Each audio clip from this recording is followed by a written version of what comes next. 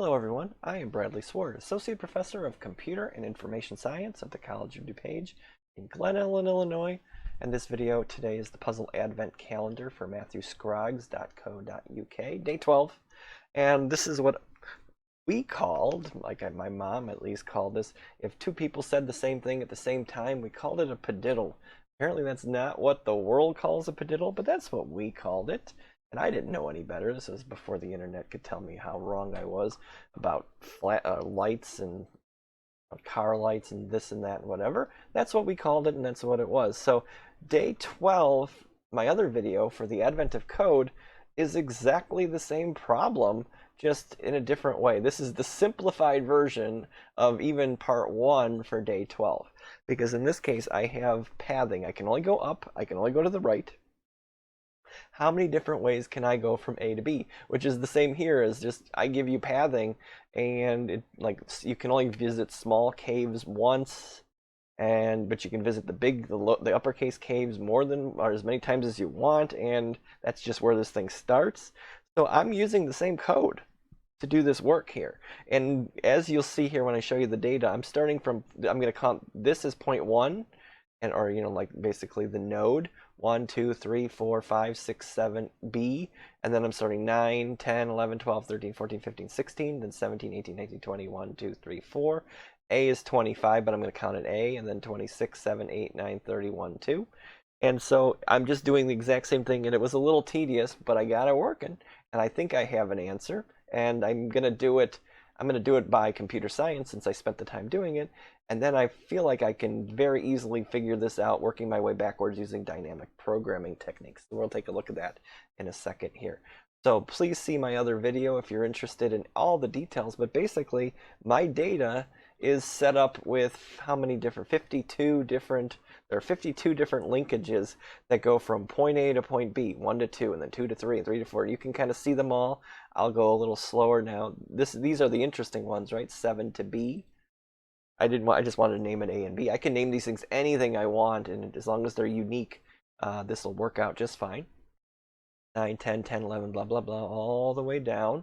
There's, again, 52? 52 different linkages between all of those guys. So 7, 21 plus, whatever, 24, whatever it was, however many different ways. So that's how we're going to do that. And yes, this is correct, 52.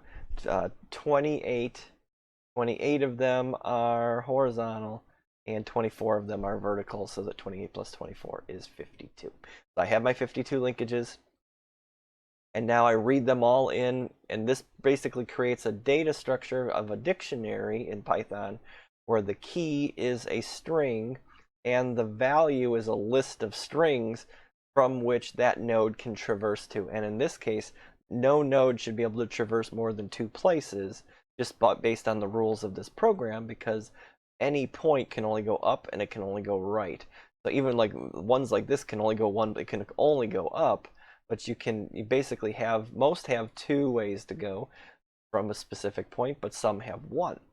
And so that puts the data structure, or that puts all of my data into that kind of a list, or a dictionary of key value pairs.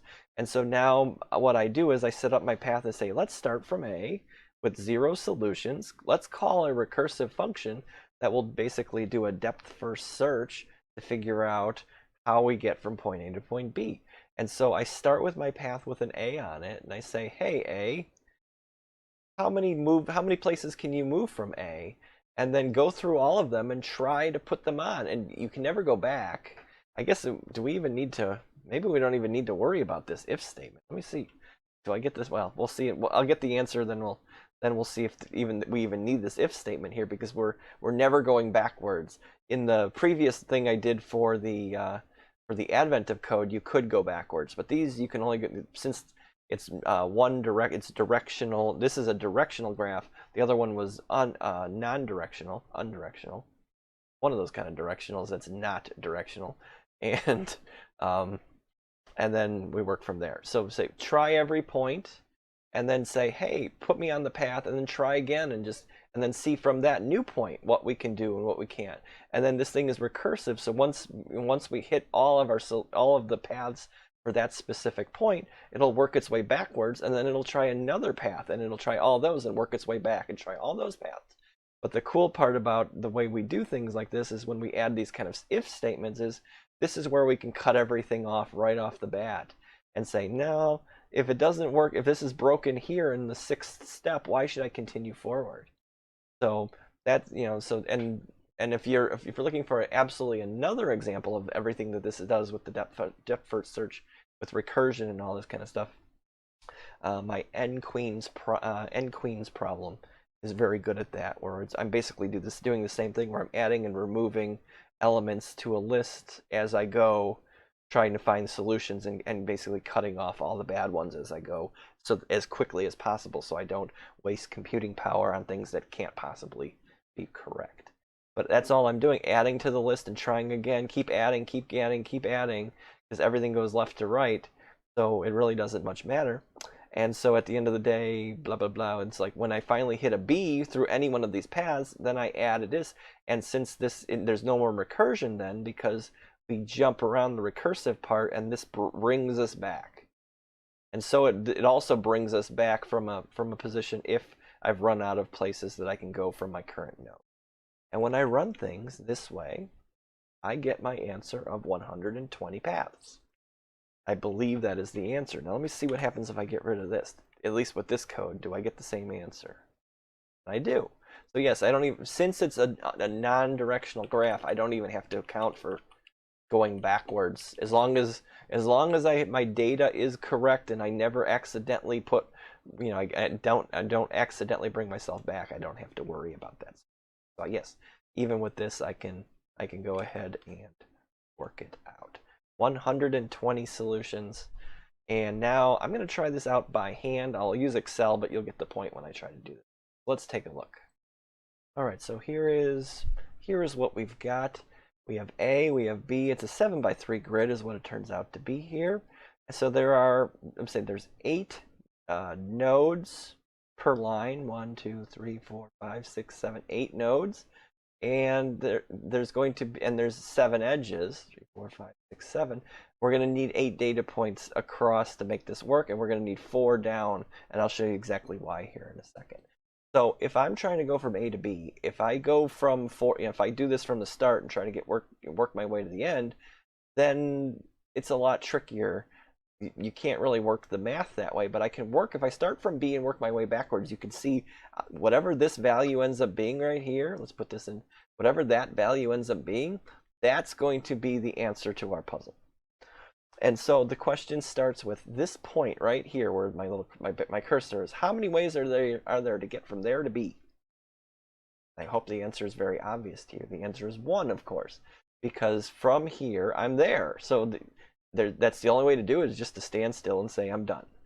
And now what about this one? And you go, well, from here to there, there's only one way. Remember, I can only go up and I can only go right. So I can't do any runarounds or end arounds or anything like that. There's only one way. And the same goes for this guy. There's only one way to go from here. I can only go right, which can only go right. And from here, I can only, the same thing. So all the way down, even to here, to get from here to B, there's only one way to go, and that's just to go all the way to the right. So all of these data points scream out, okay, there's only one way to go from there. And the same thing goes if I'm coming from the downside. There's only one way to get there from here. There's only one way to get there from here, and there's only one way to get there from there. So all of this comes out like that. Okay, so now from these positions we know how long it takes to get there. It takes, or how many paths there are. There's one path. So now what about this guy right here?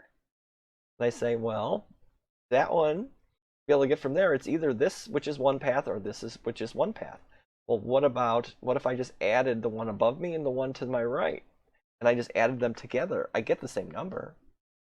Does that mean something? Is that a pattern? And so that at least right now, that gets me the answer 2 like I'm looking for. So what about here then? Right? So what about here? And I say, well, there's one way to go up, and then if I go this way, there's 2 ways to go from there. There's one way up and one way right. So there should be 3 ways to get there from here. And it turns out there is, because you just add the number above you and the number to your right together. and it seems to work out. So say without this, there's 4, and there's 5, and there's 6, and there's 7, and there's 8. That's what's going on there, right? How many different ways are there to go about this? And so there's, because from here you can go up 1, you can go 2, you can go 3, you can go 4, 5, 6, 7, 8. There's 8 different ways to get there from this point.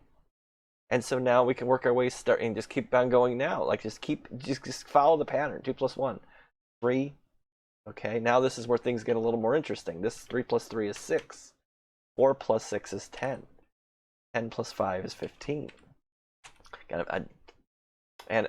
What you can do here, just like this, is you could say it's equal to this, plus it's equal to that, and I can copy this in all these places, and I should get the same answer, and I do. And now I do that for these guys, and I get 36. I wonder what the answer is going to be for all of these other ones. So now what if I take this guy, I bring it out to here, and I go, there's 84. And what if I take this and I put this to there? I get 120 different paths.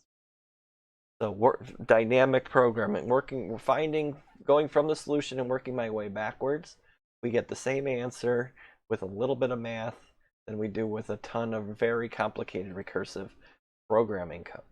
So that covers everything I wanted. Oh, I guess I got rid of it. That covers everything I wanted to cover for this video. Padiddle, as far as it goes for me. So this is it. So if you have any comments or questions or anything you want to talk about when it comes to these kind of problems, please comment below or email me at swardb@cod.net. Thanks for sticking it out with me. As always, have a great day, everybody. Hope to see you in a future video. Have a good day.